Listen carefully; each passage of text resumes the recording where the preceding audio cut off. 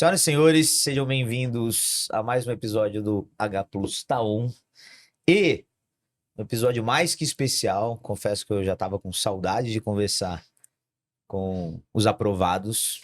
A gente está numa época de uma prova atrás da outra e, assim, acho que é muito importante para quem está vivendo este momento ouvir de quem passou por isso recentemente e uma história de sucesso, aliás, muito sucesso.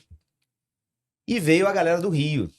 Então temos aqui a galera do Rio. Primeiramente, por favor, ao meu lado, coordenador, professor de física, Adolfo Brandão. Seja bem-vindo, Dodô.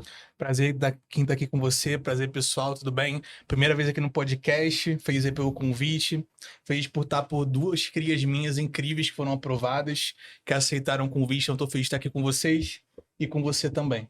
Por favor, faça as honras. Gente, então hoje está aqui, cara, com duas pessoas incríveis, foram aprovadas na Unicamp, foram meus alunos ano passado.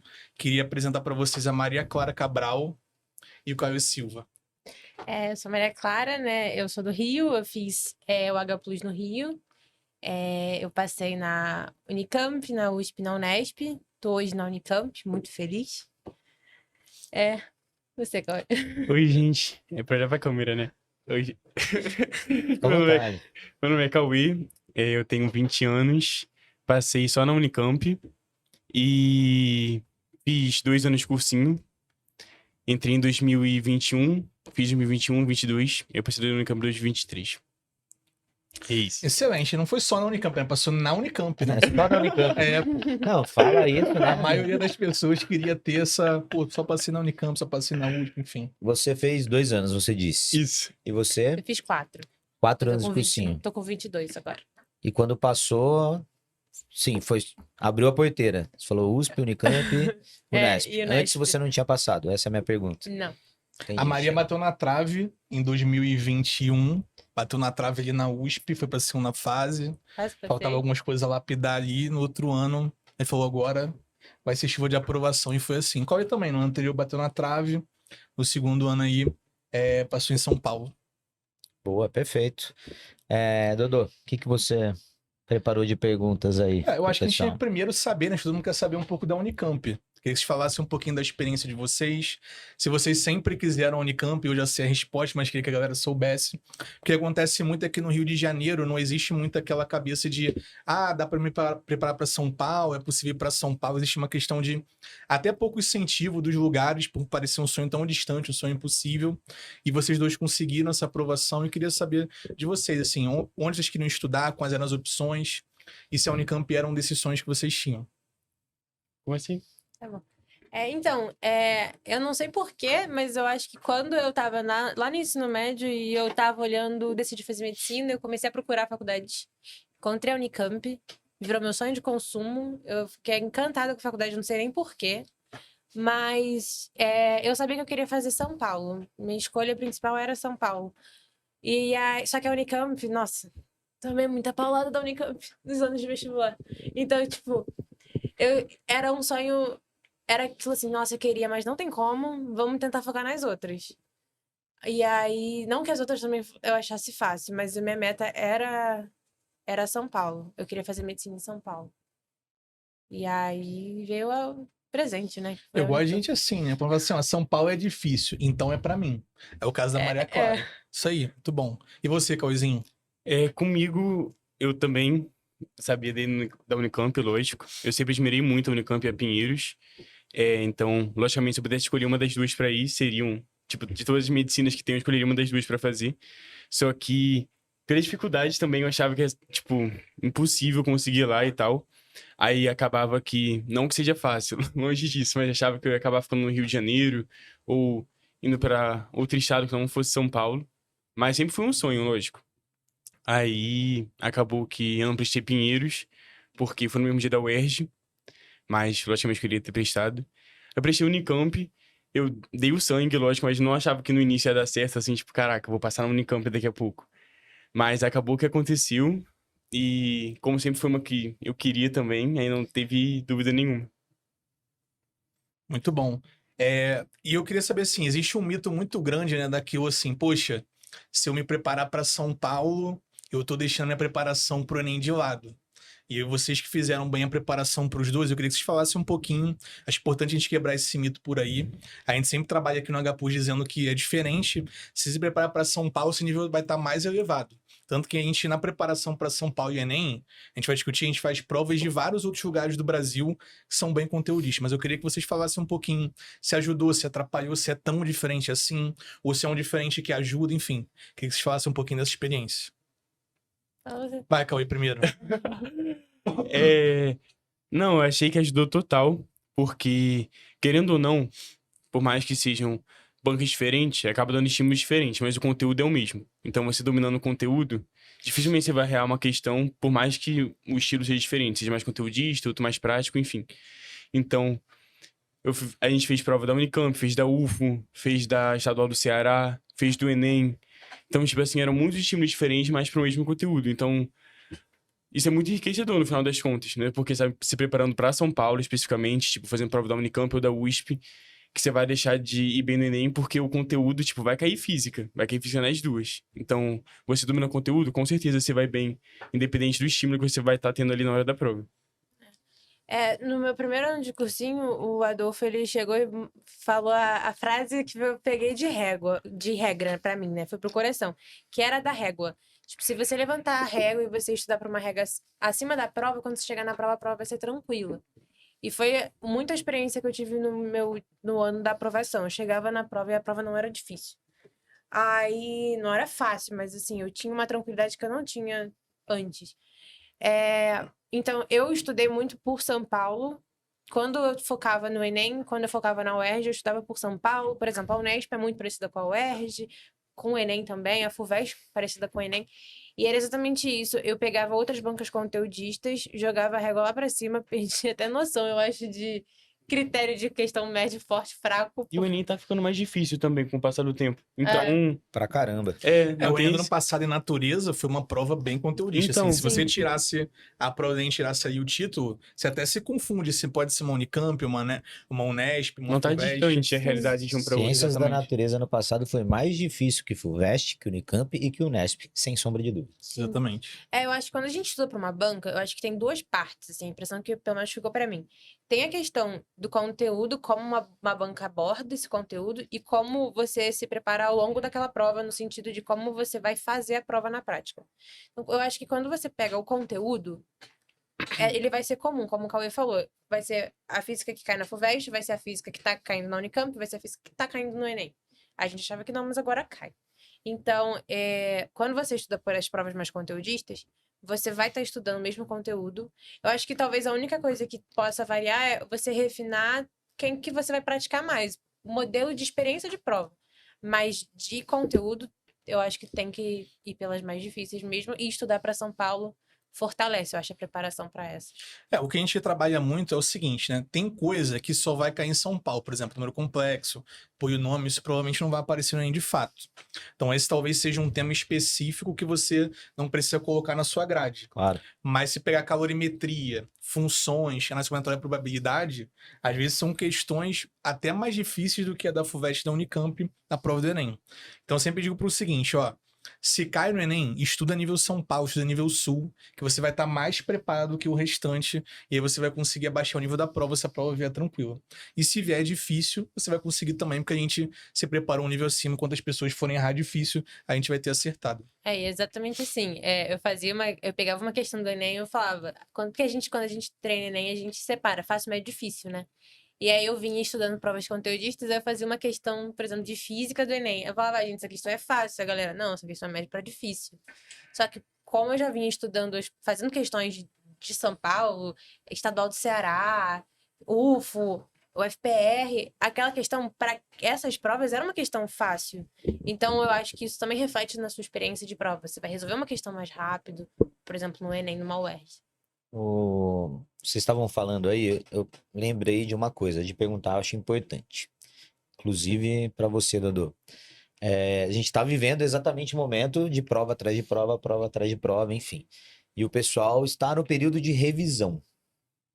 Como que o H Plus auxiliou vocês no processo final? Lógico, a gente sabe que a gente vai conversar sobre o ano de preparação como um todo, mas dentro das revisões finais, como que o H Plus ajudou cada um de vocês a se preparar? E depois eu quero que você fale também, Dudu. Tá ótimo. Comigo foi bem essa ajuda 1 a 1. O Adolfo orientando muito do que fazer, e aí as aulas específicas, as aulas, principalmente nessa reta final, tem que dar um foco forte com redação, com linguagem.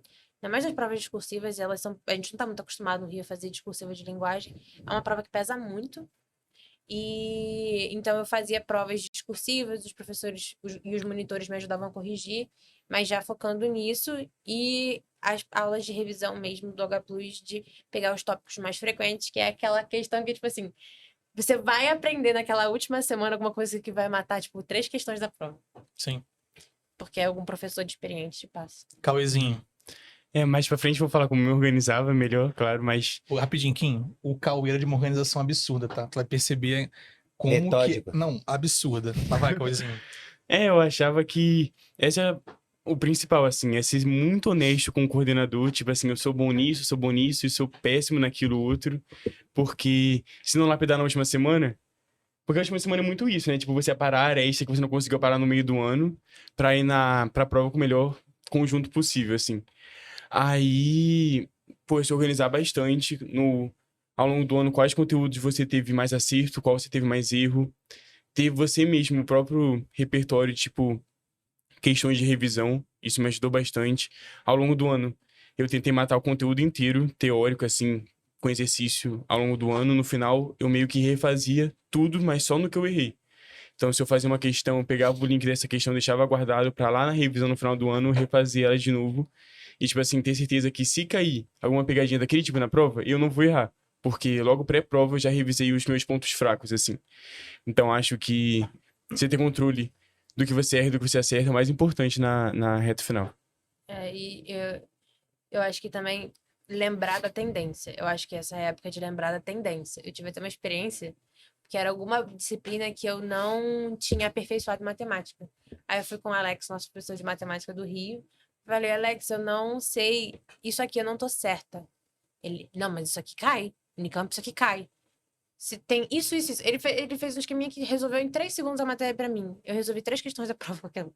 Trigonometria na prova. Eu nem lembro qual foi a matéria, mas era alguma matéria de arranjo.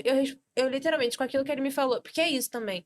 Às vezes a gente acha que a gente tem que, tipo, saber 1000 coisas da disciplina. Não, você tem que saber os pontos-chave do conteúdo. Também não adianta que você querer, sei lá, saber o livro de história inteiro para a prova. Não, você tem que saber os pontos-chave. Então, eu acho que essa é a época disso. O que é tendência? O que é ponto-chave? Não vai ser não vai ser a fórmula da nota do rodapé que vai te dar aquela questão, entendeu? Vai ser quais que são as principais desse tópico que é tendência nessa prova. Eu acho que é focar nisso. Verdade. Eu acho que esse capricho de pegar só notinha de rodapé e detalhe de história, tipo assim, saber qual o dia tal parada aconteceu, é muito, sei lá, determina talvez qual colocação você fique na lista final, tipo, se você acertou algum detalhe a mais que outra pessoa não acertou, mas, tipo assim, quem acaba passando é quem sabe o bruto da prova ali, porque, sei lá, os 80%, 85%, não tá nos mínimos detalhes ali pra você passar, tá no corpo como um todo, né? Eu acho que esses mínimos detalhes aí é você olhar para sua banca, a banca que você quer, e você fala, essa banca gosta disso, então eu vou me atentar a isso para essa banca, mas eu não vou me atentar a, sei lá, 2000 anos de história, por exemplo, se é uma prova que gosta de cobrar ditadura e, sei lá, Grécia, entende? Eu acho que é um pouco disso. Isso que a Maria falou é importante, né? Pra galera que não sabe muito bem como funciona a memória, é importante a gente entender que ter esse conhecimento na reta final é importante. Então, existem 2 tipos de memória, que é a nossa memória de longo prazo, que é aquela memória que você consegue reativar a qualquer momento da sua vida, ou pelo menos num período legal, e a memória de curto prazo, que é aquela que você lembra por um período pequeno. Se você lembrar aí do seu período de colégio, eu acredito que vocês faziam como eu, estudava, a prova era na terça, segunda-feira eu estudava para a prova, terça eu fazia, na quarta eu já não lembrava mais nada.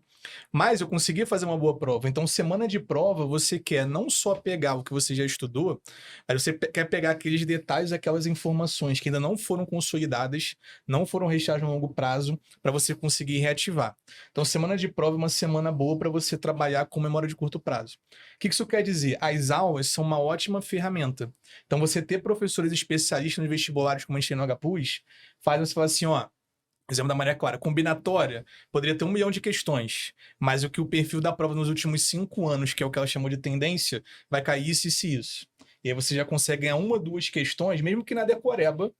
Na outra semana você esquece, né? Mas você conseguiu acertar as questões. Então, esse é um ponto importante. Ver aula em semana de prova é muito bom. Então, para isso, a gente aumenta a carga de aula, a gente dobra o número de aulas durante a semana para a gente conseguir trabalhar bem os detalhes. Não é quando você vai fazer aquela lista de 50 exercícios que você exatamente. vai... A parte na ativa véspera. foi feita, construída durante o ano. Você até pode ir na parte ativa, por exemplo, ela fez ali com o Alex essa parte. Você pode investir em algumas questões para você consolidar o que cai.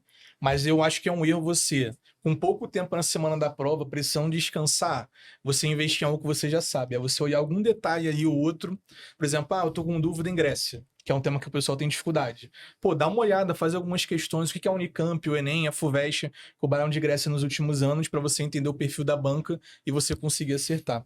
E por último, o que eu acho mais importante em reta final de preparação, principalmente para quem estuda pra caramba, como são nossos alunos, é o caderninho de erro, o caderno de questões. Ou Perfeito. seja, vamos imaginar o seguinte, você estudou durante 20, 25 semanas, 30 semanas bem, tendo aula, fazendo exercício, revisão, fazendo prova e corrigindo. 99% já tá ali. Porque a gente faz muita prova e vocês faziam mais de uma prova por semana, às vezes prova todos os dias. Então o grosso já foi feito.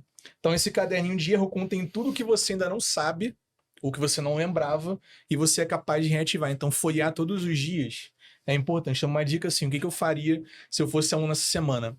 Veria aula com pessoas especialistas, olharia e faria questões da banca de algumas coisas que eu não estava muito seguro e veria meus erros que eu cometi ao longo do ano para ativar a memória de curto prazo e acessar na hora da prova. Basicamente, essa é a nossa recomendação. Perfeito.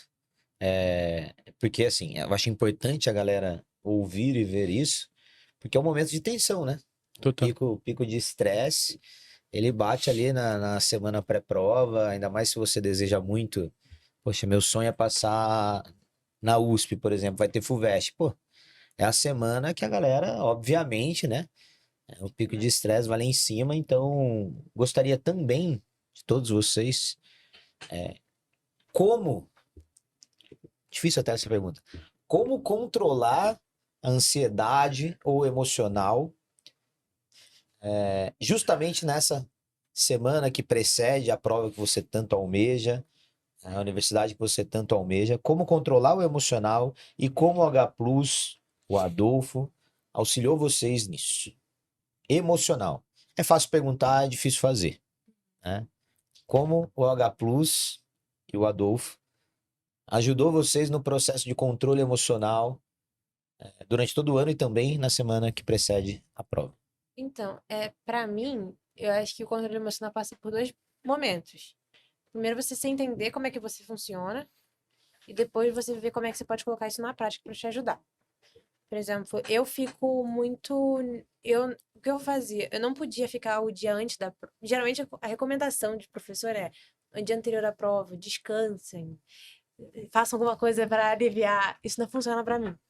Porque se eu ficar sozinha, minha cabeça começava a ficar, sabe, viajando, e aí eu ficava ansiosa para a prova. Então eu já sabia que eu não podia ficar sem fazer nada. Mas eu também sabia que não adiantava eu me sobrecarregar um dia antes. Então, por exemplo, o que eu fazia um dia antes? Eu ia pro curso mesmo, porque eu queria aquele ambiente onde eu ficava imersa naquela situação de estudo, concentração. E eu fazia uma revisão de tópicos teóricos. Eu não ficava. Não vai ser na véspera que eu vou ficar tentando fazer exercício, e aí se eu começar a errar, eu vou ficar nervosa. Aquele não é o momento, mas eu passava por alguns conteúdos, fazia umas anotações aqui e ali só pra acalmar a cabeça. Era algo mais para te dar uma segurança, né? Era pra me dar uma segurança e ocupar um pouco do meu dia. Mas eu também não chegava às 7 horas da manhã e ia embora 9 horas da noite. Não, eu chegava lá no curso, sei lá, 10, 11, aí saía 5 horas. Tá bom, não preciso muito disso.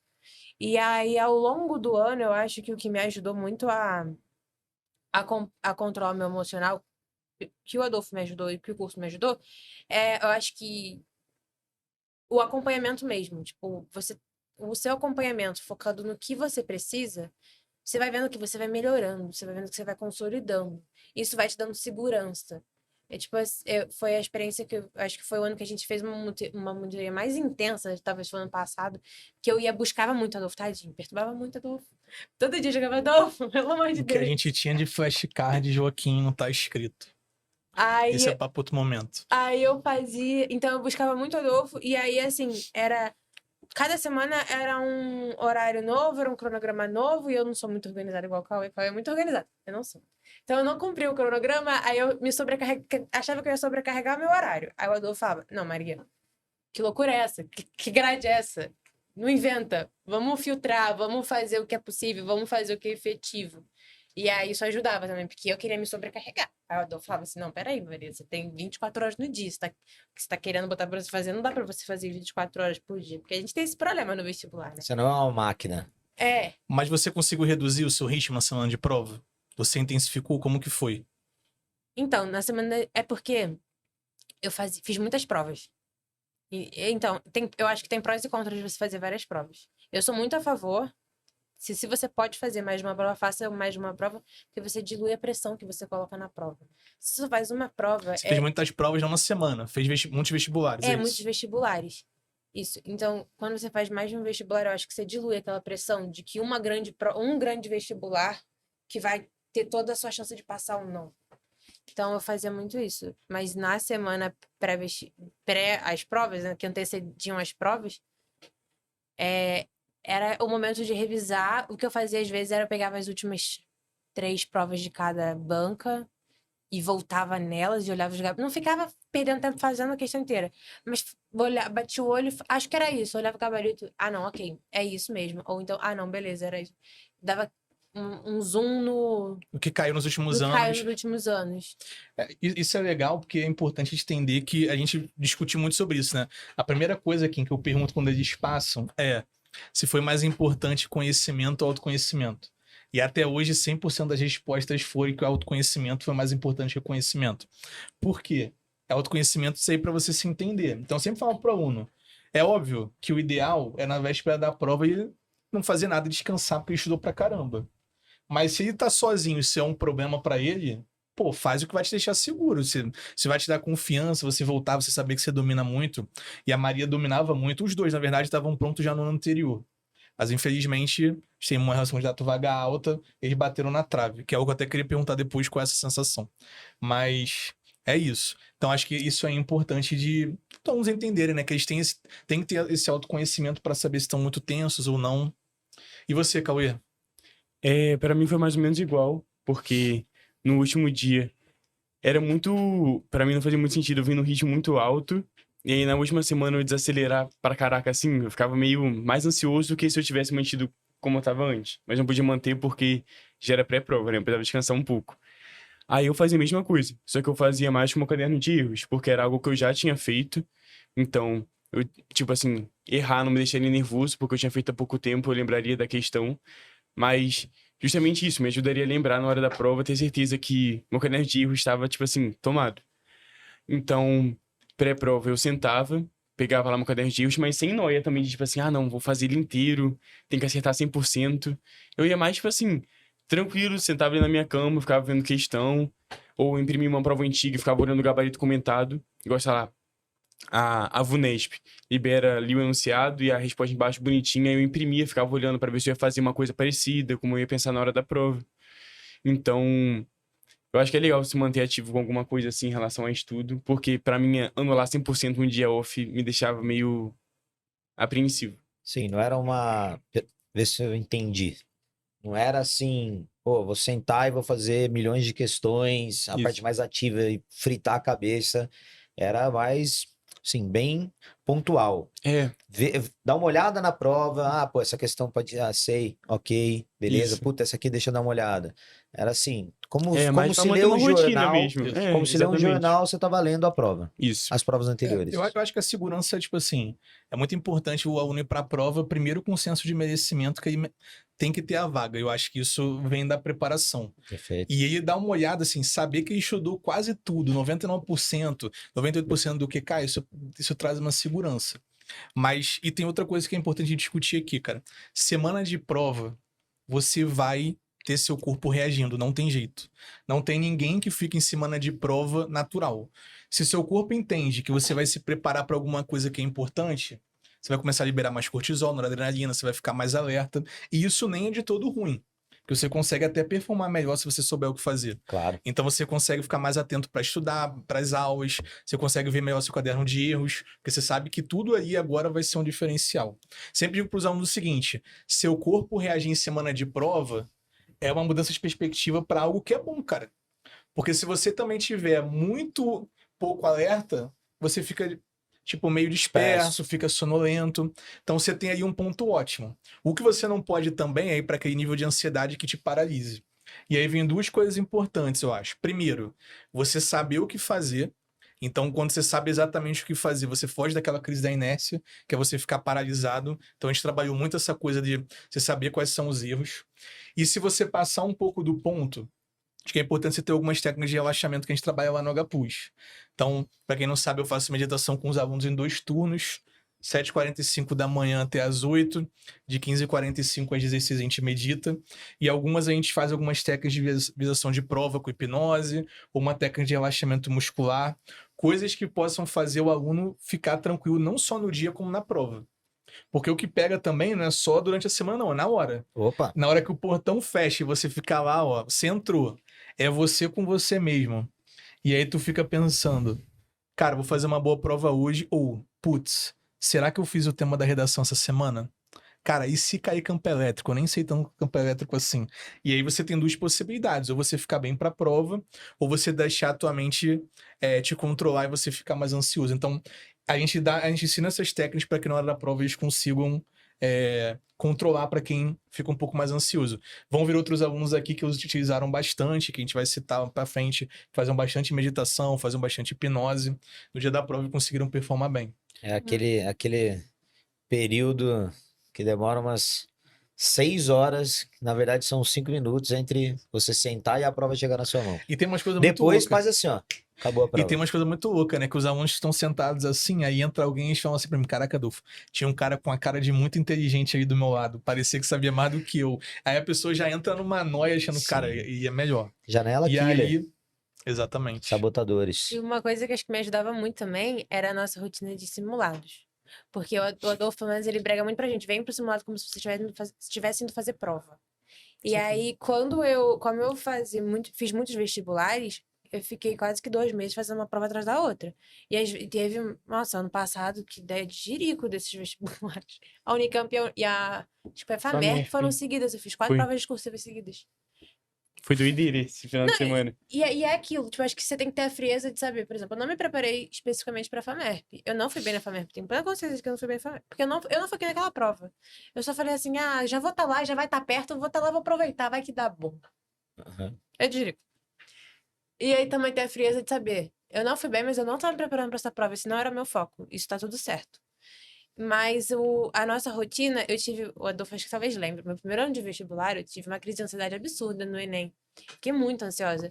E era isso, eu não sabia qual era a minha rotina de prova, eu não sabia como é que eu tinha que me comportar. E aí depois, quando a gente começa a fazer a rotina de simulado, eu tinha a mesma rotina de simulado, eu tinha rotina pra prova. Pra prova eu usava a mesma roupa, eu usava a mesma, tipo assim, não a mesma, mas o mesmo tipo de roupa pra me sentir confortável. Tipo, eu gostava de fazer prova de chinelo. Então eu ia de chinelo porque eu gostava de botar o pé em cima da cadeira. Eu queria estar confortável. Eu chegava na prova, tinha aqui em São Paulo tem aquela colinha pra você botar as respostas. Eu já fazia o meu relógio, a tabela, pra poder marcar o tempo, de controle de tempo. Toda a prova era isso. O bloco. E aí eu acompanho. E aí, tipo, eu ocupava aquele momento que antes me dava ansiedade com a minha rotina, que a gente vinha trabalhando ao longo dos simulados. Isso É é importante. estratégia. Foi mal. Não vai, Coelho, por favor. Fazer a estratégia de prova também. Porque no simulado a gente aprendia a estratégia de prova, né? Tipo, comigo funcionava mais começar com matemática. Porque era a área que eu me sentia mais confortável, então eu já matava matemática de uma vez, para depois, sei lá, me aventurar pelas humanas.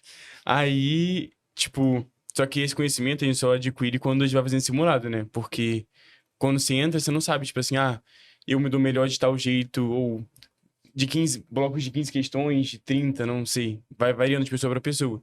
Então, eu ir pra prova da Unicamp, no caso, já sabendo a ordem que eu ia fazer, tipo assim, quais questões eu ia fazer primeiro, quais eu ia deixar pra depois e tal, me trazia uma tranquilidade, né? Porque a gente pensa, pô, vai vir uma prova que eu não sei quais questões vão ter, mas eu sei qual área eu vou fazer primeiro, quanto tempo eu pretendo gastar e tudo.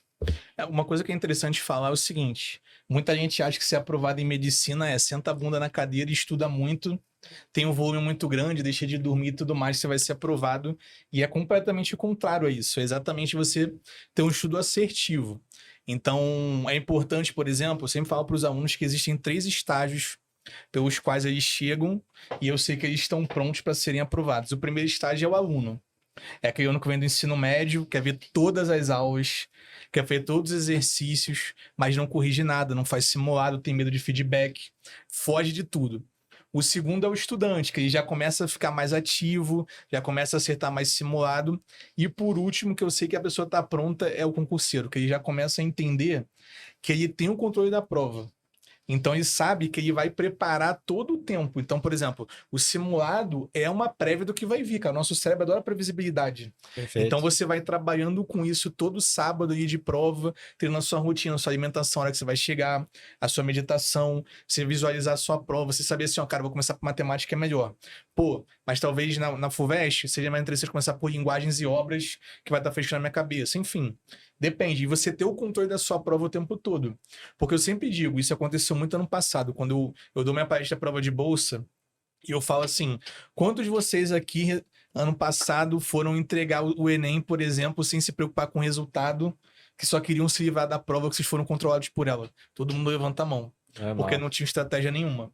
Então, quando você começa a ficar com mais controle de prova, né, que é o estágio concurseiro, você tem controle da sua preparação desde o simulado até a prova. E aí eu falo assim, ó, essa pessoa tá pronta. Então é muito mais sobre, óbvio, tem conteúdo, mas é muito mais também, Kim, sobre a postura. Você vê que a pessoa tá com postura mesmo de quem tá maduro para ser aprovado em medicina. Ano passado foi muito assim na FUVEST. Primeira fase da FUVEST ano passado, a prova veio embaralhada. E ela sempre vinha dividida em blocos. Sim. E eu lembro que eu conversei com alguns amigos meus que fizeram FUVEST e eles falaram, cara, perdi uma meia hora tentando me organizar. E aí eu lembro que eu já tava com a mente muito fria, assim. Ao longo de muitos anos de vestibular, eu fui ficando muito fria pra prova. Eu não mais ficava mais pilhada. E era muito engraçado. Quando eu fiz o Enem com uma amiga minha. Na mesma sala. Ela tava atrás de mim. Ela chegou pra mim e falou assim, você viu que aconteceu isso, amiga? Eu falei, não. Ela, cara, você abaixou a cabeça, você não levantou mais. Tipo, eu entrava naquela zona que a gente trabalha e nada aconteceu ao meu redor. Podia estar pegando fogo, Nossa, terremoto, tô às aqui. vezes eu Né? ficava 5 horas de prova, eu não comia nada, não fazia um xixi. Não bebia, esquecia de beber água às vezes. Também tem que beber água, mas às vezes eu até esquecia. E aí nessa FUVEST foi assim, eu abri a prova, eu falei, pô, tá embaralhado. Ok, qual que era o meu bloco? O meu bloco primeiro é linguagens. Então vamos lá, essa aqui é de linguagens, então vamos fazer, não, essa não é. E eu fui fazendo a prova assim, eu ia da frente para trás, pegava linguagens. Meu próximo bloco, matemática, eu ia de trás para frente fazendo matemática. Então eu me organizei para encaixar no que eu precisava. Porque eu já tinha, acho que, essa frieza de, tipo, não, eu faço assim. Tem como achar isso na prova? Eu acho que também é muito importante a gente confiar no Olha a nosso maturidade, processo. né? Maturidade. Isso aí é importante Experiência. na medicina também entender, cara, que tem que ter o QA, né? Coeficiente de adaptabilidade. Por exemplo, ainda no passado, a gente viu que 2020 e 2021 a prova veio mais fácil. A tendência é acertar um pouco mais. Ainda no passado, a natureza veio bem pesado. Então Ninguém saiu feliz do segundo dia. você tem que sair assim da prova, Ninguém. falando assim, cara, tá difícil, então posso acertar talvez um pouco menos. Tá Tem que difícil ter para essa todo frieza, tá mundo. difícil para todo mundo. Então a nota de corte, talvez, sei lá, era 150 e pouco, talvez caia. Então você ter essa adaptabilidade durante a prova é Sim. importante. E assim, aí vocês vão concordar comigo, a gente fazia aqui, prova de... Não tem uma prova do Brasil que eles não tenham feito na preparação. E a gente fazia muito disso, assim, ó. Tem prova do Norte, Nordeste, Centro-Oeste, Sul, Sudeste, que eles treinaram justamente para isso. Caraca, abordou uma coisa que nunca caiu, eles já tinham visto. Pô, Acontece. mudou o perfil de prova, tá lá também. Então isso traz uma certa segurança para eles. Sim. Tudo tende à desordem. Verdade. Tudo tende à desordem. Você tem que tá ali frio e saber que as coisas saem do controle. É o mais comum. Lidar com essa situação, como foi a FUVEST ano passado, ela pegou. Não é que ela pegou o Adolfo, o Cauê, a Maria de surpresa, pegou todo mundo. Então tá todo mundo numa condição igual. E A pra quem tá relação mais é... preparado, É. quanto mais caos, melhor, né? Falo pra todo Perfeito, mundo. perfeito. Pô, a prova veio mais difícil, melhor pra Ótimo. você. Veio fácil, também melhor pra você. Tem jeito. Ótimo. Óbvio que Ótimo. pra quem tá mais preparado, quanto mais a mudança, melhor. Porque você tá mais suscetível à adaptabilidade. Isso, isso. E assim, porque passou por tanto treinamento, justamente disso, não é só conteúdo, não. É o emocional. Né? Você pegar uma prova e falar, meu, como assim? O que é isso? Tipo, isso é treino. Você tá treinado para enfrentar as dificuldades. Cauê. Eu não já falei ainda. Caraca. Que gravei. E aí, da prova? O que você achou da FUVEST? Como que você fez? Da estratégia? Então, foi o que eu falei. A FUVEST eu não fiz por causa Por da causa da UERJ. Ah, Da UERJ. é verdade. A Eu UERJ fiquei- era só Era uma fase, né? Ano isso, passado era só tava... uma fase ainda. Só da múltipla escolha e a redação. Sabotaram meus alunos, infelizmente. Pois é, né, Essa meu? aí Pô, escolheu. é. Era pra ter mais gente aqui pro São Paulo, a verdade é essa. Sabe o que eu queria saber deles? Que eu acho que é importante? Aquele mito que existe do aluno aprovado em medicina, de ser uma pessoa, tipo, cara, essa pessoa tem que ser muito inteligente pra ser aprovada em medicina, e etc. Tem que saber tudo. Tem que saber tudo, ou caraca, deve ser um gênio, enfim. Tem que ser uma pessoa que tem autocontrole emocional. Então, acho que é importante a gente discutir aqui, que eu queria saber de vocês, né? Porque o HPUS ele tem uma coisa muito específica que é única, que é um curso que se propõe a ensinar vocês a estudar com qualidade. Eu tenho um pensamento, uma crença que é muito clara, que a escola não ensina ninguém a estudar. A escola ensina a ver aula, tá? E você se vira. Eu queria que vocês falassem um pouco como que eram vocês no colégio, no ensino médio, para mostrar para os alunos um pouco disso, como que foram essas transformações e qual foi a principal mudança que vocês tiveram lá no HPUS. No colégio eu fazia bem do jeito que você falava mesmo, tipo, tinha prova e eu estudava ali, sei lá, 2 dias antes, ia pra prova, mandava bem e depois esqueci o conteúdo e tal.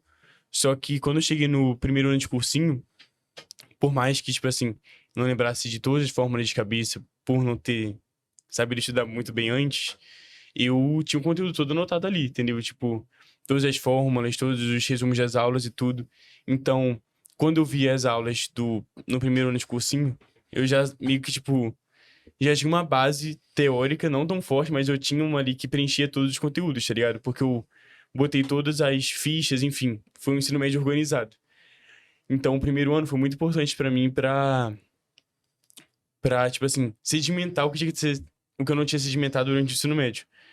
Aí, o que mais mudou foi no segundo ano de cursinho, porque eu já tinha um conteúdo na minha cabeça, eu só tinha que saber como aplicar ele na hora da prova pra conseguir acertar o que eu tinha que acertar e conseguir passar. Aí, foi onde entrava o planejamento, tipo assim, quais aulas eu tinha que continuar vendo, quais não precisava mais ver, gostar de linguagens. Era uma dificuldade minha. Então, eu via aula de linguagens, de obra literária, interpretação de texto. Agora, eu não via aula de matemática, porque eu sabia que matemática era meu ponto mais forte. Então, o que mais mudou foi saber o que estudar e como aplicar isso na hora da prova, porque antes eu tinha mentalidade de que tinha que estudar tudo e que tudo ia cair, e que era aquela coisa, tipo assim, vê aula, faz exercício, vê aula, faz exercício. E que esse era o melhor jeito. Mas a eficiência que eu ganhei no segundo ano foi muito mais importante do que o volume de estudo em si. Então, você acha que ser mais assertivo é mais importante do que o volume, digamos assim? Isso. Total. E você, Maria? Então, no meu primeiro ano de cursinho era aquilo de eu fazer a aula, assistir a aula, depois querer fazer todos os exercícios que a gente tinha separados pra fazer. Você não vai fechar o EI. Aceita. O EI é o bloquinho que a gente tem de exercícios no curso pra cada aula. Você não vai fechar ele, não é importante, não adianta. Você não vai conseguir fechar, não E tem nem tempo precisa, hábil. né? E nem precisa. E não precisa. E eu queria fazer isso, eu queria fechar. E você chega no final do ano com uma lista de todas as aulas que você não conseguiu fechar o EI. E é normal. Mas quando... Porque nos 4 anos que eu fiz cursinho, 2 tiveram uma pandemia. E a pandemia emocionalmente não me fez bem. Então foi um ano difícil. Mas o que eu percebi no final da pandemia foi... No primeiro ano da pandemia, 2020, eu não tinha mudado... eu tinha mantido o desempenho das provas. Então eu não tinha caído. Então ali eu percebi, ficou consolidado. Então eu falei, eu sei o conteúdo. Foi importante para mim para isso. No segundo ano da pandemia, eu já consegui no final dar uma alinhada e aí dei uma focada no final, baseado no que era mais importante, consegui melhorar um pouco. No ano passado, que a gente voltou para o presencial mais no dia a dia, Aí eu lembro que cheguei no início do ano pra Adolfo e falei, Adolfo, até o meio do ano eu quero fechar todo o conteúdo, porque na segunda metade eu quero ficar só em prova. Eu já tinha conteúdo. Aí, É o plano JK. Isso. que eu fazia? Como eu já sabia o conteúdo, e aí era aquele momento de ver o que funcionava pra mim. Eu era boa em humanas, eu era boa em linguagens. Eu não precisava perder tempo dentro de sala de aula de humanas e linguagens. Eu fazia o quê? Eu pegava, às vezes, passava com a aula do 2.0, só pra poder alinhar a linha do tempo na minha cabeça. Só pra eu refrescar. E aí Só um fazia gatilho mental, só só um pra gatilho resgatar mental, o conteúdo. exatamente. Anotava assim o que era mais importante que eu não sabia, só pra ter de refresco e seguia. Beleza. E aí, quando eu chegava para as que eram exatas, que não era muito meu forte, porque que acontece? Cheguei, quando eu comecei o curso, eu falava, Adolfo, não sei física, não sei matemática, não sei. Era uma folha em branco. Aí, e aí eu comecei a focar, no final foi que me aprovou. Foram essas Viraram as duas matérias. melhores matérias dela. Foi melhor exatamente naquilo que era a maior dificuldade. Inclusive, o pessoal ficava até tenso. Quando a Maria ia tirar dúvida, era só questão absurda. Tipo assim, era o pessoal aí 20 minutos Plantonistas. para entender uma questão. Então já fala assim, meu Deus, vem a Maria. Vai vir com uma pica. Vai vir com a questão nota de rodapé. Chegou nesse nível. Chegou. Aí, o que a gente fazia? Aí, só que também, eu falava, eu precisava, eu não vou, é aquilo, eu não vou fechar toda a matéria até o final do ano se eu quiser fazer aula por aula. Então, eu pegava os blocos de conteúdo, fechava os blocos de conteúdo, aí a gente fazia algumas listas específicas, né? Que a gente selecionava, o Adolfo me passou algumas bancas, ele falou, faz essas bancas. Aí eu fazia listas, tipo, de exercícios difíceis daquele conteúdo daquela banca. Às vezes eu ficava 2 horas para fazer 10 questões de matemática. O erro virou meu melhor amigo, né? Sim. Eu só errava. Mas aí, porque eram essas questões muito difíceis, eu era muito engraçado, porque eu falava, gente, eu não tô sabendo nada, não é possível. Aí quando chegava o simulado, vinha uma porcentagem altíssima de acertos. Aí, os simulados que a gente fazia no curso. Então, eu fui fazendo assim, eu falei, vou adiantar e tudo mais. E aí, quando chegou no final, eu me perdi. Qual que era a pergunta de novo? A mudança do colégio pro cursinho. Então, era isso. E aí, o último ano foi isso. Eu falei, beleza, eu quero dominar. Que eu já sabia, mas eu queria dominar e aperfeiçoar e ter aquilo rápido para prova e tudo mais. E aí, eu tive esses dois momentos, assim, de falar, quando eu falo, eu quero saber, quero passar por tudo até o meio do ano. Chega no final do ano, eu quero focar nas provas. E aí, foi isso, deu muito certo. Eu até diminuí o volume de horário estudando, porque Sim. eu já não tinha mais. Isso também é muito assim, já não tinha mais cabeça para ficar 10 horas estudando. E aí acabou que virou um estudo eficiente. Às vezes eu às vezes ficava rodando horas, porque eu não tinha cabeça. Eu parava 4 horas e era um dia super produtivo. Porque eu fazia questões difíceis. E uma questão eu trabalhava 5 tópicos e estimulava várias coisas diferentes e consolidava.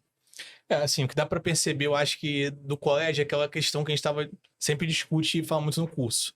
Que é o colégio é extremamente passivo, você vê muita aula, estuda na véspera, decora, faz a prova, acho que tá bem, chega no vestibular, tu não consegue lembrar nada. E quando o aluno vai pro curso, ele começa a perceber o quê? Que ele tem que fazer parte, ser protagonista da aprovação dele. Eu sempre digo o seguinte, tem 3 coisas, o Kim, que estão associadas ao tempo da aprovação do aluno. O primeiro é o histórico. Então, se o aluno tem uma bagagem boa ou não, isso pode influenciar de certa maneira. Segundo é a técnica de estudo. Então, às vezes, o aluno vem muito bem do colégio, mas faz uma técnica muito passiva, não consegue passar. E terceiro é a mentalidade, que é quando o aluno começa a entender que ele tem que fazer parte do processo, não tem que falar assim, poxa, aqui tem que me dar tudo, eu tenho que fazer todas as questões que são do material, como a Maria Clara fazia no início, é entender que você tem que ser um pouco mais assertivo e tudo mais. Então, acho que isso foi que eles mudaram bastante. Pô, eu lembro da Maria ter muita dificuldade em coisas básicas de física e no final, pô, eu era, sei lá, top 3, top 5 de física do curso. E consigo ser aprovado dentro do Unicamp. Eu acho que é aquele desapego, né? Quando a gente entende que a gente pode não assistir a aula, é difícil. O Adolfo, ele chega perto da prova, tem sempre aquele momento que ele fala, gente, tá na hora de vocês começarem a selecionar que aula vocês vão assistir, que aula não vão. Quando chega nessa reta final, né? E a gente fica, como assim não vou assistir a aula? Eu acho que depois que a gente Vai que o vira... professor fala exatamente aquilo e eu não estou lá. É. Sentimento aí, clássico. Depois aí, eu acho que depois que você desapega disso, eu acho que com o conteúdo online que a gente tem na H+, isso ajuda também a dar um pouco de paz de espírito, que se você precisar voltar, tem conteúdo online. Sim. Eu acho que eu acho que é um passo, assim, aquele tipo, momento canônico. Eu não preciso assistir a aula. Vira uma chave, eu acho. O, Verdade. o que mais acontece, assim, a gente estava até conversando em off, né, Dodô? É assim, a gente trabalha com o estudo personalizado, individualizado, enfim. Só que isso não significa assim, faça o seu horário e seja feliz. A gente estava conversando sobre isso. Sim. Que, inclusive, tem até o receio das pessoas que não conhecem o H+, achar que é isso. Ó, cada um faz o seu horário, é isso, é solto. Não, não, muito pelo contrário. É totalmente acompanhado. Vocês foram. É, o Dodô acompanhou vocês a todo momento, eu tenho certeza absoluta que, poxa, pensei em fazer isso. Adolfo, o que que você acha disso? Adolfo, como você pode me ajudar dessa forma? Adolfo, eu quero melhorar aqui. Adolfo, pensei, poxa, tô muito cansado, tô muito cansada, será que eu chegar mais tarde? Assim, todos os passos, eu nem sei, tá? Mas eu tenho certeza. Tenho certeza que todos os passos que vocês tiveram e fizeram, o Adolfo foi acompanhando e dando orientações ou simplesmente dando o aceite. Falando, não, pode fazer isso. Eu acho legal você pegar isso e aquilo. Então, assim, no H+, estudo individualizado tá longe de ser cada um faz o que quer, da forma que quer. Muito pelo contrário. Então, assim, isso é super importante valorizar, Sim. porque é um trabalho árduo que não existe em nenhum outro cursinho. Dá muito trabalho pra gente, da coordenação. Obviamente que dá trabalho, mas é o que dá resultado no menor espaço de tempo. Então, assim, eu gostaria de ouvir de vocês a importância do coordenador, no caso de vocês, a importância do Adolfo, a importância do coordenador do H+, na trajetória até a aprovação. O quão isso ajudou vocês? É, Fala, pode- pode falar. no início, ajudou muito na parte de organização em si, porque eu era organizado no sentido de ter hábito de organização, mas não sabia exatamente qual parte da minha vida eu tinha que organizar, assim, tipo, eu tinha que organizar o caderno de erros, tinha que organizar sei lá, o calendário do ano, tinha que organizar isso, aquilo, tipo, quem me ajudou a saber o que organizar foi o Adolfo. Aí, no início, a gente tinha o cronograma e tal, e aos poucos eu fui ganhando autonomia suficiente pra fazer meu próprio cronograma, mas eu chegava pra ele e falava, ó, tô pensando em fazer desse jeito Para aqui. validar, pelo menos. Você acha que tá bom? Aí falava, não acho, ou ele mudava alguma coisa. Pode falar. Te Não, que a cortei. gente tem o hábito de ter a cada 3 semanas, né? Mais ou menos uma reunião. Mas o que eu falo pra eles é, cara, eu tô criando vocês pra vida, pô. Vocês têm que aprender a ter autonomia. Sim. Né? Ó, vai e faz isso. Pô, eu fui mexer aqui. É igual andar de bicicleta, vai tirar uma Exatamente. rodinha, tira outra, fala, vai, pedala, meu filho, desce E a ladeira. e eles ficaram muito maduros, né? Eu percebia muito isso.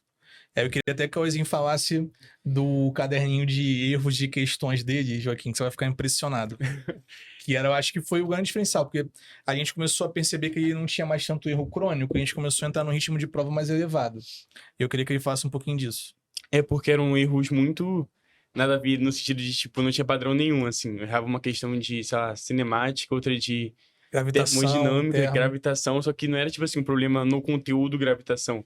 Era, tipo, uma paradinha ali da gravitação que eu não tava acertando. Aí, então, por isso que eu fazia pré-prova, um caderno de erros, porque eu sabia que só tinha detalhe, né? O caderno de erros, não tinha, tipo assim, um bruto da matéria. Perfeito. Então, pré-prova, eu vi o caderno de erros pra, se cair algum detalhe na hora da prova, eu com certeza já ter errado ele e na hora da prova não errar. Aí eu fazia, no H+, a gente tem a plataforma de questões, que tem as provas antigas de vestibulares. Aí eu fazia prova antiga, sei lá, UFSC 2015.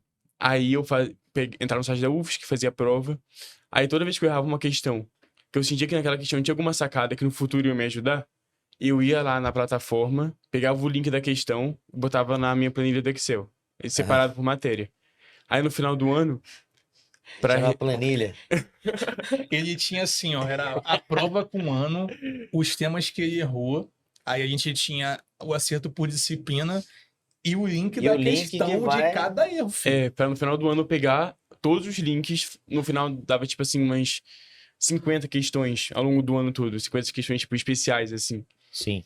Aí era meio que um simulado, então eu pegava todos os links, fazia tudo. Tipo, 3 dias, 2 dias antes da prova. Aí, logicamente, eu diluía ao longo do dia, né? Não fazia 50 batido. Aí, na hora da prova, me ajudava muito, porque eu sabia que o detalhe que caía, tipo, a pegadinha que caía, com certeza, não com certeza, mas provavelmente estaria ali dentro da planilha que eu tinha montado. Sim, você viu recentemente aquilo que É. o Dodô falou de memória de curto prazo ali. Isso. Às vezes eu gosto. Isso é meio chato de falar, mas eu gastava muito mais tempo corrigindo prova do que fazendo prova em si. Aí Não é chegava nada uma chato, hora não, pô. que eu ficava, sei lá, 1h30 lá dando certo, pegando o link, vendo se eu tinha errado por falta de atenção, se eu tinha errado por falta de conteúdo, ou sei lá, se eu errei por conta. Aí tinha um tipo de erro também. Se era uma questão difícil, mas eu fiz tudo certo e errei por conta, falava, pô, é só ficar mais ligado na questão que eu não botava ela no caderno de erro, tipo assim. Porque não foi um erro. Sim, Um erro na foi. moral, tipo assim, não preciso voltar porque é um erro de conteúdo, sei lá, porque foi só uma conta. Então eu só pegava, tipo assim, sei lá, tô dando mole em conta de uma explicação. Aí na próxima prova que eu fazia, eu já ficava mais atento nessa parte. Mas toda questão que eu errava, que eu sentia que tinha uma sacada, eu guardava ela pra mim pra no final do ano fazer de novo. Personalizou até o caderno de erro. Isso. E até o caderno de erro, você chegava pro Dodô e falou: tô fazendo assim. O que que você acha? É, eu mostrava. A gente É olhava as verdade. questões pra ver se era. Olhava tudo, porque, por exemplo, Conteúdo. às vezes você acha erro essa questão. Mas eu olhava os erros anteriores e falei assim, pô, vamos chutar aqui, tá? Pô, erramos gravitação 4 vezes. Então não é um erro de caderno de Isolado. erro, é um erro de É. conteúdo. Você tem que voltar nessa matéria. Sim. Porque às vezes o aluno não consegue ter, né, isso. Tipo, às vezes ele tem alguma crença de que os erros crônicos são tais e não consegue olhar o diagnóstico para poder analisar que existe alguma coisa crônica e é mais ou menos isso que a gente fazia. Porque na reta final era muito ajuste mesmo. Como eu falei para vocês no ano anterior da aprovação, eu já sentia que eles estavam prontos, foi ali detalhe que não deu, e no segundo era trabalhar essa especificidade mesmo. Comigo, assim, o Dodô, ele sabe. A minha aprovação, assim, eu e minha família, a gente sabe que foi, a maior parte foi por causa do Adolfo. Se não tivesse o Adolfo, eu não teria passado.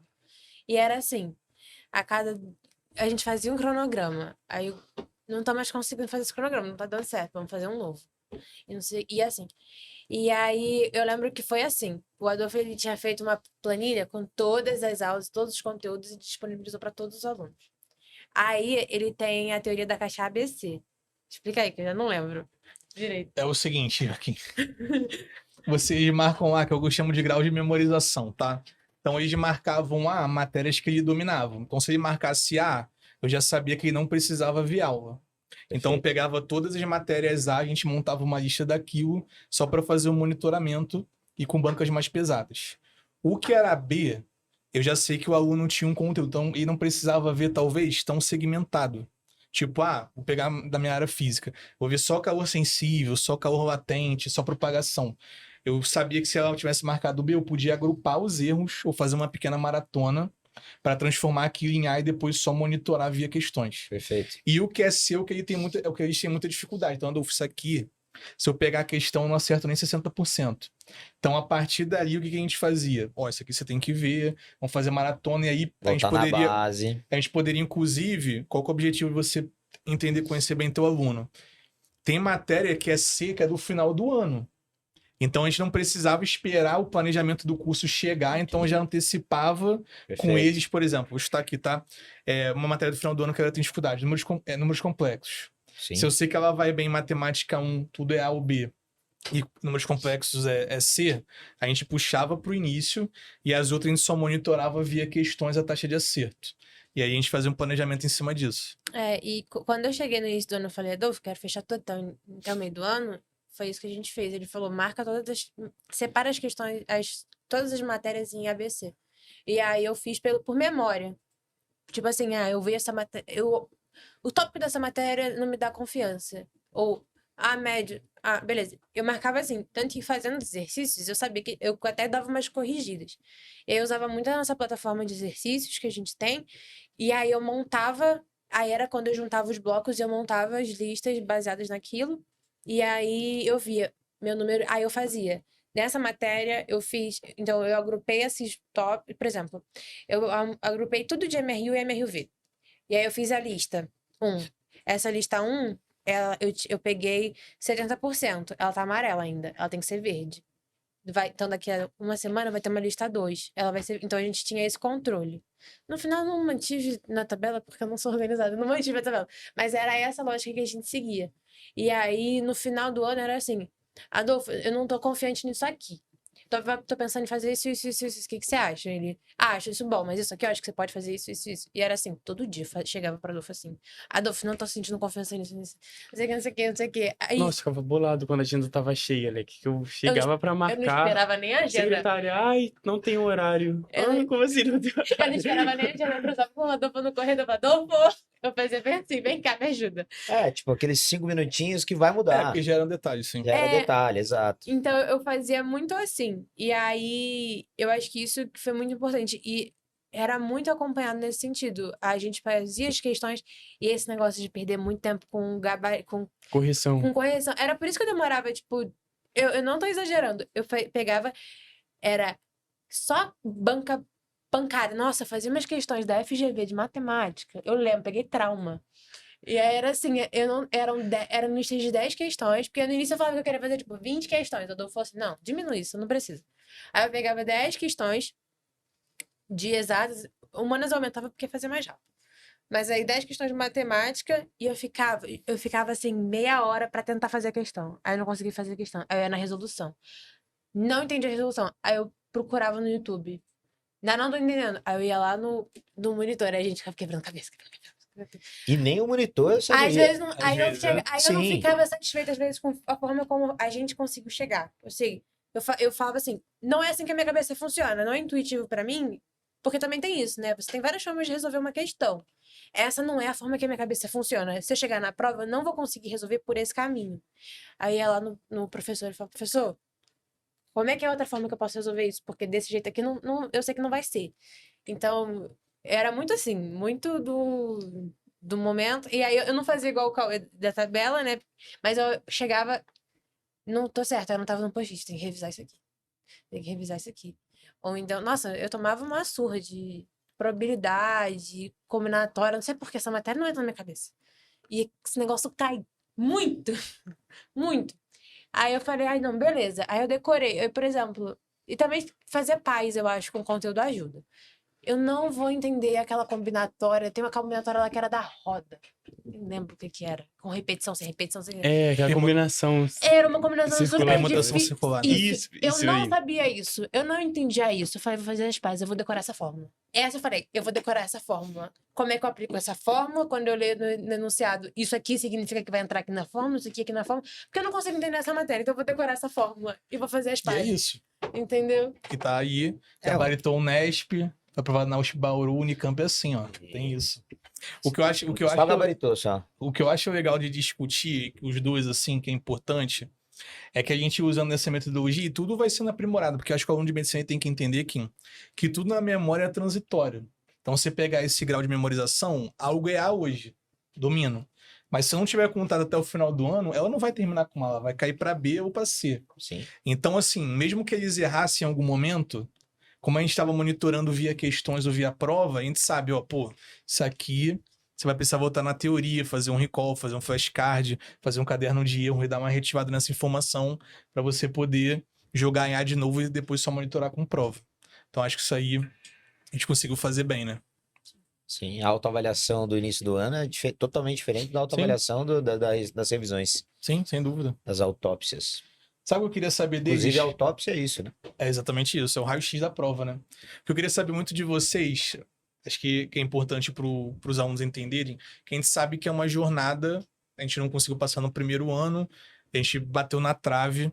Queria que vocês falassem um pouco qual que é a sensação de bater na trave e como que vocês, por exemplo, tiveram força para fazer mais um ano, porque às vezes a galera desiste de um sonho, porque, pô, se eu bati na trave, não tem mais o que fazer, ou não quero abrir mão de tudo como eu abri naquele ano, e vocês falaram que não conseguiam estudar menos, ser mais assertivos. Eu queria que você falasse um pouco disso. Qual é a sensação de bater na trave? Como que foi ter essa energia de fazer mais um ano? E como que foi você ter feito mais um ano e ter sido aprovado? Pra mim, quando começou o ano, eu tava muito. Quando começou o ano passado, como é que foi o meu bater na trave? Eu já tava muito perto, eu tinha chegado perto da Unesp, que assim, devia estar o quê? Uns 40. Assim, não é na trave, mas assim, 40 pessoas. 40 pessoas na sua frente é 2, 3 questões, às vezes, num vestibular desses. E aí, na FUVEST, foi, assim, o que parte do meu coração, porque se eu tivesse... Eu não fui bem na redação. Eu não consegui desenvolver a redação. Porque eu tinha um problema com a redação, porque a redação me dava muita ansiedade. Por causa do peso dela, eu acho, eu via a ideia, redação não me fazia bem. Só que eu sabia que eu não tinha dificuldade de escrever. Eu bloqueava, às vezes, com como desenvolver o tema. Tanto que, assim, não recomendo.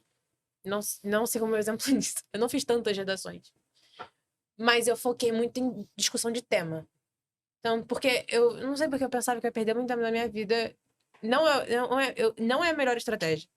Mas eu sabia que não era um problema. Eu fazia o acompanhamento com a coach de redação e desenvolver redação pra mim não era um problema, sentar e escrever. Meu problema era desenvolver tema. Trabalhei muito tema. E a Nilceia era muito braba, né? Isso aí é a Carol, as duas. Aí eu trabalhei muito tema, porque na FUVEST foi porque eu não consegui desenvolver a redação que eu não passei. Então fica um pouco aquele fantasma, né? Porque quando a gente fez as contas, a gente falou, foi por causa disso. E aí. E no outro ano você tirou, Quanto que ano vai? Eu passado, nem lembro quanto que. aí 50, Eu tirei acho que 47? 47,5. É. Eu nem lembro. 47,5. Não, eu lembro. Aí o que que acontece? Então, quando eu fiz. Quando chegou no final do ano retrasado, foi meu terceiro ano de vestibular, eu já tava muito mal emocionalmente. E assim, entrou um acompanhamento psicológico que eu tive a oportunidade de ter, que é muito importante. E eu acho que a gente também tem que saber reconhecer, tipo, sozinho não tá dando. E aí foi quando eu comecei a olhar, e aí eu tinha uma ideia de que eu tinha que me privar. Foi a mentalidade que eu tive no meu primeiro ano. Eu não saía, eu não fazia nada, porque vai ser meu ano de. Eu vou abrir mão de tudo, vou focar tudo nesse ano para ter recompensa no final. E se eu não passei, é porque eu não posso, tenho que estudar. Isso é péssimo, porque. É assim que tem que ser. Estude enquanto os outros dormem. E viva o que eles sonham. É isso. Não, Tipo, e um era conceito, É o que a galera fala, né? E foi é um péssimo, conceito bem antigo. porque eu associei quase uma punição. Isso. E aí teve isso, e aí passar um ano disso já não foi muito sustentável. Mais 2, 3 anos disso não era sustentável. Então, quando chegou no terceiro ano, minha mãe chegou pra mim assim, filha, você quer que a gente faça o impossível e te coloque numa particular? Porque meus pais sabiam que esse era o meu sonho. Ia ser difícil, mas eles falaram, a gente dá um jeito. Falei, não, mãe, eu sinto que ainda tenho mais em mim pra entregar. Porque eu tinha pra mim que, tipo, eu tinha que ter... Eu sabia que o desempenho que eu tinha tido não era o que eu podia ter, sabe? Eu sabia que ainda tinha mais em mim pra eu entregar. E aí foi o que eu fiz no ano passado. Eu falei... Tanto que era a sensação que meus amigos falavam, você vai passar com certeza. Eu não tinha essa sensação. A sensação que eu tinha era... Esse é o ano que eu tenho de melhor. Se eu não passar esse ano, eu não sei mais o que eu faço. Porque, tipo, era o ano que eu mais tinha me dedicado, mas assim, era um dedicado mais inteligente, assim, de tipo, eficiente. Então, era o ano que eu mais que eu mais me aprimorei, assim, o salto que eu tive do início do ano passado pro final do ano passado é absurdo, assim, o quanto que eu melhorei. E aí, então, foi quando eu falei assim, não, putz, não, eu vou tentar mais uma porque eu sinto que ainda tem um pouco mais de mim. Eu posso ter um desempenho melhor. Eu acho que se eu fosse abrir a mão disso, eu tinha que ter comigo que eu tinha dado tudo de mim. No sentido de que eu podia ter mais desempenho. E aí veio a aprovação. Em tudo. E, pô, a Maria Clara me falou uma coisa quando ela passou que me marcou muito, eu sempre falo pra todo mundo. Que ela falou assim pra mim, pô, Adolfo, agora que eu fui aprovada, eu não tinha noção do quanto que eu era forte, tu lembra disso? Falou assim, cara, não tinha noção que eu era tão forte até ter passado por esse ano e ter tido a resiliência de tentar mais uma vez e conseguir a vaga. Eu falei, cara, Olha como é que isso marca, né? E ela vê que ela tem essa força. Maria Clara, vocês podem ver que eu sou quase um pai orgulhoso, né? De meus filhos aprovados. Então, fico feliz pra caramba de ver essa evolução da Maria. E, pô, hoje tá aí na Universidade dos Sonhos dela. É. E no dia a dia também. Eu acho que a gente tem uma péssima prática de tipo, não, eu não vou sair, eu não vou. O ano foi o ano que eu mais saí. Sim. Claro que com moderação e responsabilidade. Eu não. Isso é uma coisa que eu tinha pra mim. Tipo, eu não queria estar morta no dia seguinte. Então, tipo, eu estabeleci alguns limites. Ah, eu vou sair, mas eu vou voltar num horário razoável pra conseguir estar descansado no dia seguinte. É uma coisa que eu tinha como regra pra mim. Mas eu não deixava de sair. Eu não deixava tipo, de passear. Eu não me privei das coisas como eu me privei nos outros anos. Eu comecei a ir pra academia pra ter esse desestresse. E aí, cara, você fazer uma atividade física é a melhor coisa. A gente. Porque daí você dava uma endorfinada no meio do dia, dava um bom. E dava um desestresse. E aí você vai se sentindo melhor consigo mesmo. E aí você não limita a sua vida só à prova, só ao vestibular, porque a nossa identidade acaba fica meio perdida, né? Quando a gente tá só no vestibular. E aí foi lembrar, tipo assim, não, você tá em um processo de vestibular, mas você não é só isso. Eu acho que aí encontrar o equilíbrio foi muito importante pro meu emocional, porque foi um ano que talvez, claro que teve altos e baixos, mas foi um ano mais assim, talvez consistente de emocional pra mim. Perfeito. E você, Cauêzinho? Como foi a sensação de bater na trave É, e depois ver o nome na lista? eu bati na trave uma vez só, que foi o primeiro ano de cursinho. Aí eu lembro que na UFRJ eu planejei só pra concorrência e que eu tinha ficado, sei lá, umas 15 ou 20 pessoas do corte no SISU. Aí fiquei tipo assim, alguma coisa eu tô fazendo de certo, porque se eu bati na trave é porque pelo menos no caminho certo eu tô indo. Sim. E aí eu lembrava que, tipo, um ano era muito pouco pra desistir, isso nem passou pela minha cabeça, eu com certeza iria fazer o segundo. E cada um tem sua trajetória, né? Você fez 4, fiz 2, sei lá. A Júlia Randam passou na USP com um ano só. Aí. Mas eu sabia que eu não ia desistir no segundo. Ainda tava muito cedo pra isso. Aí eu falei, não, vou pro segundo com certeza e tal. E o que me dava mais esperança era ver a cartilha dos aprovados. Porque tinha moleque lá que falava, não, fiquei 4 anos de cursinho, no último ano eu ia desistir. E naquele último ano foi aprovado na USP Pinheiros. Tipo assim, uma conquista muito grande. E se ele tivesse desistido, ele não teria alcançado. Ficava tipo assim, não, moleque, não vou desistir, porque se isso acontece comigo, tipo assim, eu desisto justamente no ano que eu passaria numa faculdade que eu queria muito. Aí eu acabava pegando isso como estímulo, falava, não, tentar achar o que eu fiz de errado no ano que passou, o porquê eu não passei nesse ano, para no ano seguinte não acontecer o mesmo cenário, né? Aí foi o que aconteceu. No primeiro ano, eu acho que faltou muito revisão pré-prova, assim, não tinha toda a maturidade nessa parte. Aí no segundo ano eu peguei, falei, não, não vai acontecer a mesma parada. Aí eu mudei alguns hábitos e acabou dando certo. Mas é importante o processo de bater na trave porque significa que você está indo pro lugar certo. Você não precisa passar de primeira. A trajetória é individual. Tem gente que passa de primeira e tem gente que não passa. Vocês estavam falando aí, eu até lembrei de um episódio que a gente gravou no início do ano com os aprovados da Unicamp, que são os seus colegas, Caís e com o André. O André também fez 4 anos de cursinho, e aí no meio disso teve questões emocionais, de ter que fazer um tratamento, enfim, de depressão mesmo.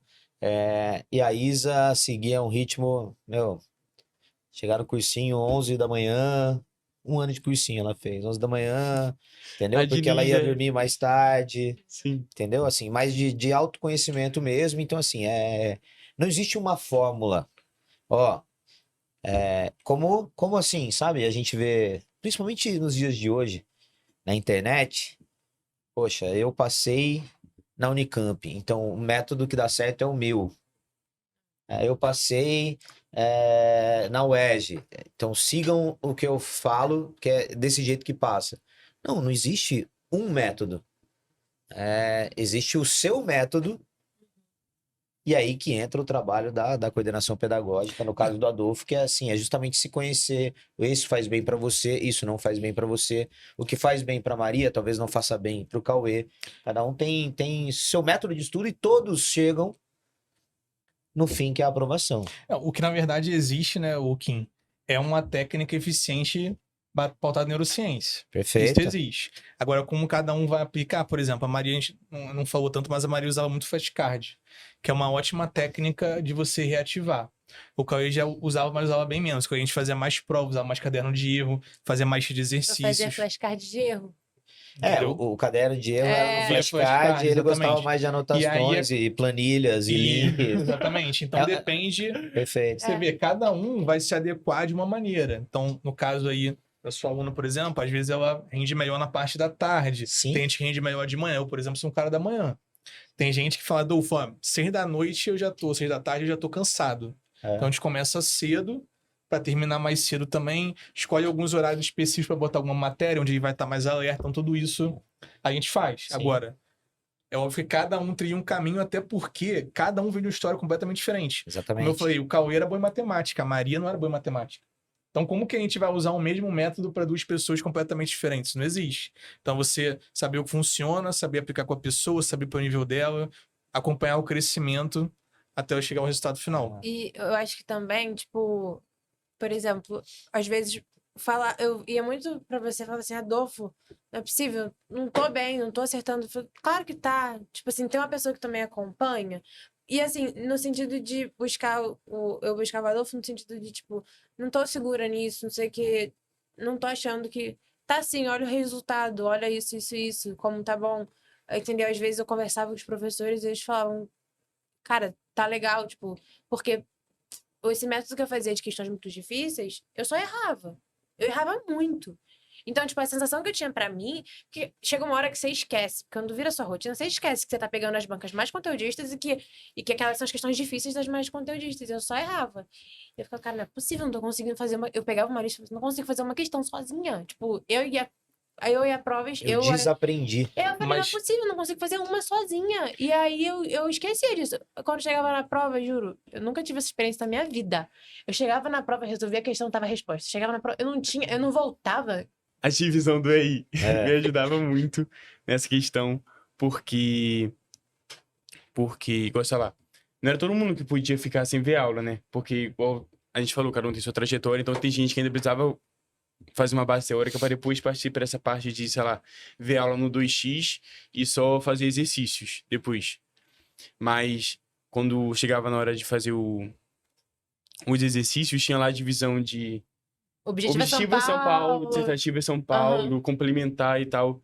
E sempre tinha, sei lá, a questão do ITA, assim, em alguma dessas divisões. Aí, como eu gostava de matemática, eu falei, não, eu vou fazer. Aí eu ficava lá meia hora por quase que diversão, fazendo uma questão difícil. E isso ajudava muito, porque no final você errava a questão difícil, mas no vestibular que a gente ia fazer de Unicamp, Enem, FUVEST e Unesp, enfim, não ia cair uma questão do ITA, Uhum. tá ligado? Mas a questão do ITA que você errou te dava uma sacada É. que na hora da prova era muito útil. É importante deixar um alerta aqui em cima do que eles estão falando, tá, gente? A gente tá falando de exercício de questões complexas. Perfeito. A gente liberava eles fazerem isso porque eles já estavam fazendo em matérias que eles estavam bem. Se você tá começando a jornada agora, Não adianta. você tem que começar a fazer exercício a um nível progressivo, porque a verdade é, ter a teoria, entender e você errar a questão, pô, desmotiva pra caramba. Então, os alunos já saberem que eles sabem o básico, o intermediário, estão só olhando os detalhes, facilita eles entenderem que eles estão procurando algum ajuste, algum refino. Agora, você tá começando, gente, pelo amor de Deus. Pô, Adolfo, eu sou muito ruim em função do segundo grau. Cauê falou que fazer a questão do ITA, a primeira que tu vai procurar é do ITA, tá errado. Lógico, Sem tá errado. começar lá, fazer as questões mais fáceis, para você poder categorizar na sua cabeça cada tipo de questão, dar uma monitorada, bater uma taxa de acerto elevada, 85%, 90%, numa lista média, aí você começa a fazer questões mais difíceis numa quantidade menor. Sempre importante dizer isso, que muita gente fala assim, estudar matemática é fazer questão. Aí o cara pega a questão mais difícil da prova para tentar fazer, mas ele nem entendeu ainda o básico, né? Nem sabe a matemática envolvida ali. O É que eu importante a gente fazia discutir às isso. vezes era, por exemplo, nas questões que eu dominava, que eu achava que eu era, por exemplo, a caixa B ou a caixa A, eu pegava, às vezes, eu usava a divisão do EI, então ia lá, se tinha o primeiro bloco, que eram questões mais difíceis, o segundo, que eram questões mais médias, assim, e mais fáceis, médias e difíceis, e depois vinha as da UERJ, as da de São Paulo. Às vezes eu ia logo nas difíceis e falava assim, tentava fazer. Ah, tô conseguindo, então não preciso fazer as primeiras mais fáceis, já é alguma coisa que eu sei. Verdade. Ou então, quando eu tentei fazer difícil, eu falei, não faço ideia do que seja isso. Eu voltava lá pra questão do beabá, entendeu? Exatamente. Eu dividi em 3 níveis, tipo assim, como eu já tinha visto todas as aulas e já tinha visto o resumo de tudo, eu partia para os objetivos São Paulo e complementar, enfim, começava o EI de trás para frente. Aí, se eu começava a errar, aí eu ia pros quero mais iniciais. Aí se eu errava esse, aí sim que eu via a aula no 2x. Mas eu sempre deixava para ver a aula, primeiro eu tentava fazer o exercício puro, Eu fazia isso também. tipo, pra ver se eu lembrava a Vocês forma da faziam minha mais cabeça. difíceis, errou, Esquema de sala de aula voltavam pro invertida. mais fácil, exatamente. É. É isso. Que aí você consegue otimizar, né? É uma das maneiras que a gente consegue ver se o aluno precisa ou não ver a teoria. Perfeito. Pô, eu acho que eu domino. É um grau B, o A, tô na dúvida. Faz primeiras questões, bateu acima de 80%, tranquilo, evocou bem a memória. Só faz sala de aula invertida, dá uma olhada aí nos seus erros. Pô, fui tentar, cara, deu 50%. Volta na teoria, porque tem alguma coisa aí que você precisa pegar. E às vezes também o que eu percebi é, às vezes eu achava que tava super fraca na matéria. Mas eu fiz exercício, só de eu olhar o meu caderno, eu já recuperava. Eu não precisava perder 50 minutos do meu dia vendo uma aula. Às vezes só o caderno já era o suficiente. Eu achava que eu ia ter que parar e ficar quebrando teoria. Também ajudava para nivelar quanto que eu precisava recuperar também. Perfeito. Tem mais perguntas aí, Dudu? Cara, pra mim, eu acho que é isso aí mesmo. Falamos aqui praticamente tudo. Acho que tudo, né? Tudo, pô. Foi... Foi bem completo. Eu Te deu- queria... Bom, é para encerrar? Alguém quer, assim, na verdade, muitos dos que estão nos ouvindo e nos vendo são pessoas, são estudantes que eram vocês no ano passado. Então, gostaria, assim, para a gente fechar esse episódio, primeiro, agradecer, obviamente, a presença de vocês terem saído da cidade de vocês, que estão morando agora, para vir aqui, meu. Isso é um sentimento de gratidão, pelo Adolfo, principalmente. Não tenho dúvida, vocês estão aqui porque o Adolfo fez parte da aprovação de vocês, então agradecer demais. E um recado para quem está nesse momento, recado final aí. Aluno falando para aluno. O que você falaria para você ano passado? Deu para entender a ideia? Vai você primeiro. Pode Você, ir. É uma mensagem de esperança, né? você tá indo fazer a prova. O que você falaria para você? Que é o que você vai falar para todo mundo que tá ouvindo, seja do H Plus ou não. Espero que as pessoas que não estão no H Plus não precisem do H Plus, mas se precisar, né, meu? Estamos aí. Eu acho que é confiar no processo. Tipo, é confiar mesmo. Quando eu cheguei, eu tinha. Era ridículo. Eu chegava na prova, eu carregava comigo o bloco de resumos que eu tinha. Eu carregava comigo. Minha mãe falava, por que você tá levando esses resumos? Eu falei, apoio emocional. Âncora. Total. Às vezes, eu ficava lendo assim, eu respeito qual é a sua rotina, confia no que você fez até agora. É que a gente sempre fala isso, né? Mas confia no que você fez até agora. Você chega na prova, você vê alguma coisa que tá difícil, faz parte, pula pra próxima. Não, não encuca. Eu nunca encucava muito com questão. Se você pula, vai pra próxima. Vai pra próxima. Não, não fica tentando quebrar a cabeça. E eu acho que é confiar que o esforço que você botou, ele vai voltar. Você vê isso lá na hora mesmo. Tipo, ao longo da prova, você vê que melhora o seu desempenho e confia nisso. Se você tá vendo que tá, tipo, eu tô aqui e tá tudo tranquilo, tá indo bem, cara, que bom. Eu ficava pilhada com a prova. Eu ia acertando, eu ficava pilhada, eu ficava animada, alegre. Tipo assim, coisa mais ridícula, ficar alegre no meio da prova. Mas eu começava a pilhar. E é aquilo, ali é o seu momento. Esquece o que tá acontecendo em volta de você. Eu juro, gente, eu começava a prova assim, eu terminava a prova assim, ó. Eu tava no meu momento, tava na minha zona. Aquele momento era meu, não era de mais ninguém. Não era quem tava do meu lado, não importa quem tá ali comigo.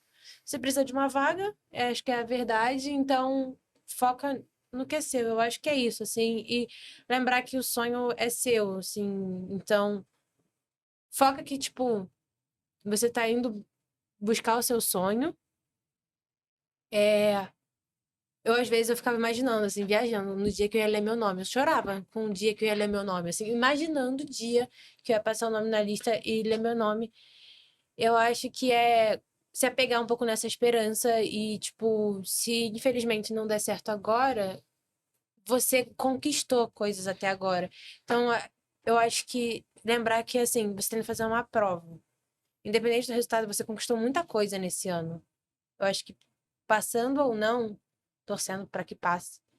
Mas eu acho que lembrar de que você conquistou muita coisa até agora, isso foi importante também. Isso tá sendo importante. E se precisar continuar, isso vai te ajudar na frente Tá também. muito mais perto do que estava. Tá muito mais perto, independente do resultado. Eu acho que onde você tá agora, você já tá muito mais perto.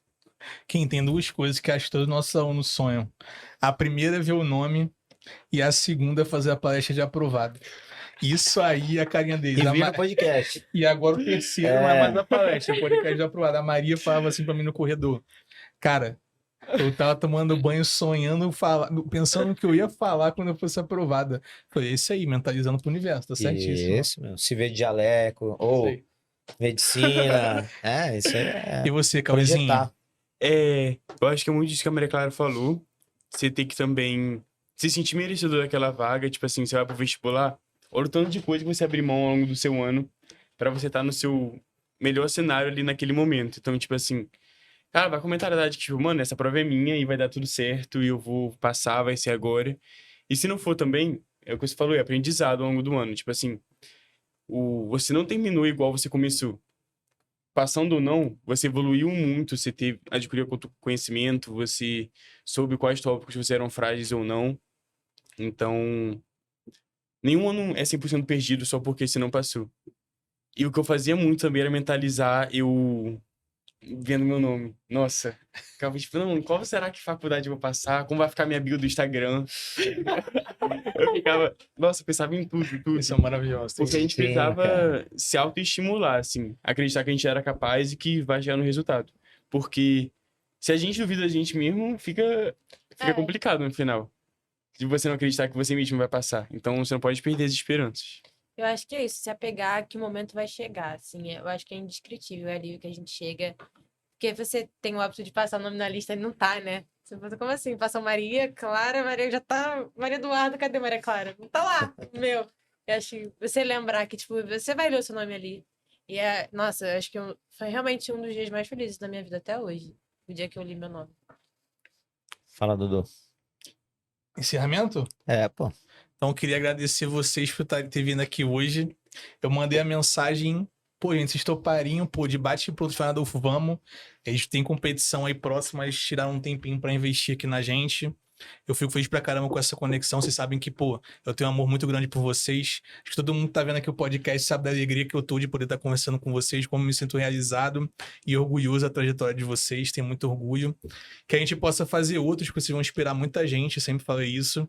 Vocês vão ter a porta do HPUS lá aberta para quando vocês quiserem ir, sempre que estiverem lá no Rio de Janeiro. Vocês têm histórias inspiradoras e eu queria agradecer e parabenizar mais uma vez tanto vocês quanto as famílias, que a gente sabe também que é um projeto familiar, vocês dois têm histórias vindas de famílias, né? Muito dedicadas, que sempre viveram o sonho integralmente, então queria agradecer. Kim, também queria te agradecer pelo convite. É a primeira vez aqui no podcast, espero que a gente tenha outras, né? Porque o que Opa. não faltam são aprovados lá da gente do Rio de Janeiro. E se Deus quiser, em São Paulo vão ter mais ano que vem. Então, tá aí, gente. E obrigado aí pela audiência também. Espero que vocês tenham aprendido bastante coisa. E é isso. É isso, queria agradecer novamente. Boa volta para Barão Geraldo. Vocês que agora são torcedores da Ponte Preta e do Guarani, né? Porque é o que tem ali, né? O Guarani agora vai estar na primeira divisão. Acho que não, mas tudo bem. E assim, de verdade, assim, em outros lugares a gente não vê essa conexão, tipo, depois de um ano, basicamente, vocês, sabe, saírem da cidade para ver por questão de, sabe, agradecimento ao Adolfo, ao H+. Isso não existe em outros lugares e muito obrigado, parabéns demais para vocês e para toda a família, pro Adolfo, pela bela orientação que teve. E é isso. Então, se quiserem passar Instagram aí, não sei se quer dar dica, se são dessa área aí, ou se não, siga o H+, enfim, tem Instagram, como é que é? Cauê, eu sei que Se solta, Cauê. é Vai lá. mais tranquilo, que é mais tranquilo. Vai, Não, Cauê. não, ele é um cara pacato, ele não, entendeu? Mas se quiser dar uma dica ou outra, pode perguntar pra ele. A gente tem Instagram, cauê.cs, mas vocês podem olhar a cartilha da nossa turma. Ficou muito bonito. Tá lá no Drive das cartilhas. Ele circula por aí entre os Pô, grupos. deixa a galera entrar no teu perfil pra eles verem no teu perfil Médio Unicamp. Por favor, não era teu sonho. Você não tava agora querendo então na deixa a bio? galera entrar, @cauê.ss, vejam lá na bio, @Médio Unicamp. Curta todas as fotos, pergunte, manda em direct, enfim. É isso. E você, Maria? Eu não falo. O meu tá lá. Era aberto, agora tá privado, mas é Maria Clara _ RIB. Mas se alguém quiser mandar mensagem, às vezes eu esqueço de responder, mas pode mandar de novo que a mensagem sobe e eu respondo. Eu mandei mensagem pra uma veterana minha logo depois da segunda fase. Falei, nossa, eu tô muito nervoso, como foi pra você e tal. Aí é muito bom trocar essa ideia. Ela falou, eu espero que você seja meu calouro ano que vem. Eu tirei print dessa mensagem, aí agora eu sou. É, Então temos que finalizar com uma salva de palmas, né, Joaquim? Por É esse isso. bate-papo maravilhoso. Muito obrigado. Salva de palmas pra vocês. Gente, obrigado. Valeu, pelo gente. espaço. Obrigado, sigam o Valeu. H+. Valeu. Até mais. Tchau, Beijo. tchau.